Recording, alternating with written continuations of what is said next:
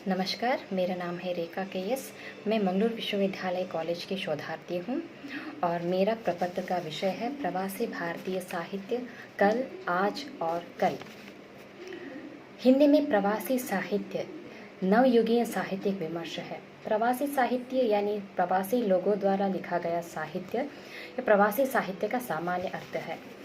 साहित्य जगत में हिंदी साहित्य एक विशाल वट वृक्ष की तरह है और इस वट वृक्ष की शाखाएं हिंदी साहित्य की विविध विधाएं हैं। इन विधाओं में प्रवासी हिंदी साहित्य एक नवीन विधा के रूप में विकसित हो रहा है। यह नवीन विधा प्रवासियों की चेतना एवं मनोविज्ञान से जुड़ी हुई है, जो प्रवासियों की कथा व्यथा, उनकी संवेदनाएं, पीड़ा को पाठकों से अवगत कराती है। इन्हीं प्रवासियों में से कुछ लोगों ने अपनी व्यथा कथा को कलमबद्ध कर प्रवासी साहित्य की नींव रखने का कार्य किया है। प्रवासी साहित्य यानी कि भारतीय मूल के विदेशों में रहने वालों का सृजनात्मक लेखन और जिन लोगों ने हिंदी भाषा को अपने लेखन का माध्यम बनाया या हिंदी भाषा को केंद्र में रखकर हिंदी में लिखा, वे लोग प्रवासी साहित्यकार कहलाए हैं तथा उनके द्वारा लिखा गया साहित्य हिंदी का समृद्ध प्रवासी साहित्य है। प्रवासी साहित्य नवीन नहीं है क्योंकि भारतीय मूल के लोग समस्त विश्व में फैले हुए हैं। उन लोगों ने विदेश को अपनी कर्मभूमि बनाया है। इन लोगों ने विदेश में रहते हुए भी भारतीयता की अस्मिता को जिंदा रखने की जबरदस्त कोशिश की है। आज का प्रवासी साहित्य पहले के प्रवासी साहित्य से एकदम अलग है। पिछले 35-40 वर्षों में औद्योगिक विकास एवं नवीन टेक्नोलॉजी की वजह से प्रौद्योगिकी ने अपनी सीमा लांघी है। परिणाम स्वरूप प्रवासी साहित्य भी अधिकाधिक लोकप्रिय बना है।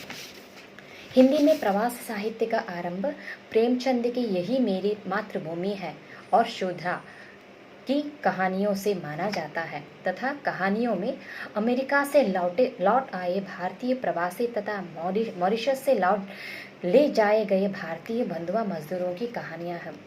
आज प्रवासी साहित्य हिंदी साहित्य के अंतर्गत कविताएं, उपन्यास, कहानियां, नाटक, महाकाव्य, खंडकाव्य, एकांकी, यात्रा वर्णन, आत्मकथा, अनुदित साहित्य को लिखा जा रहा है।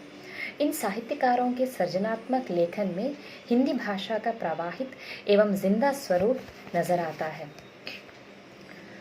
आज साहित्य सृजनशील प्रवासियों के जीवन का महत्वपूर्ण अंग है। जिन प्रवासी साहित्यकारों ने लिखित अभिव्यक्ति द्वारा अपने भावों को व्यक्त किया, वे अधिकतर इंग्लैंड, कनाडा, मॉरिशस के प्रवासी थे। इनके अतिरिक्त America, Thailand, Germany, Australia, Kenya, Denmark, Netherland आदि देशों में रह रहे भारतीयों ने भी प्रवासी चेतना को अभिव्यक्त किया है। हिंदी साहित्य में मॉरिशस में रचित हिंदी साहित्य की एक अलग पहचान है। मॉरिशस के रचनाकारों में श्री अभिमन्यु आनंद का नाम प्रमुख है। इन्होंने साहित्य के विभिन्न विधाएं जैसे कविता, कथा साहित्य आदि रचनाओं से प्रवासी साहित्य को समृद्ध किया है। श्री अभिमन्यु आनंद का लाल पसीना उपन्यास बहुत ही चर्चित उपन्यास रहा है, जिसमें भारतवंशी की वेदनाओं का मर्मस्पर्शी चित्रण मिलता है। मॉरिशस के बाद अमेरिका, इंग्लैंड आदि देशों में प्रवासी भारतीयों की रचनाएं आती है। इंग्लैंड में हिंदी प्रवासी साहित्य के विकास में डॉक्टर लक्ष्मी मल्ल सिंधवी का नाम प्रमुख माना जाता है। इनके अलावा इंग्लैंड में श्रीमती श्राइल अग्रवाल, पद्मेश गुप्त, कृष्ण कुमार, तेजेंद्र, तितिक्षा शाह, दिव्या माथुर आदि ने अपनी रचनाओं से प्रवासी साहित्य के विकास में अहम भूमिका निभाई है। अमेरिका में प्रवासी साहित्य के विकास में गुलाब खंडेलवाल, सुषमा वेदी, अंजना, सुधीर, उषा प्रेमवदा आदि का नाम लिया जाता है।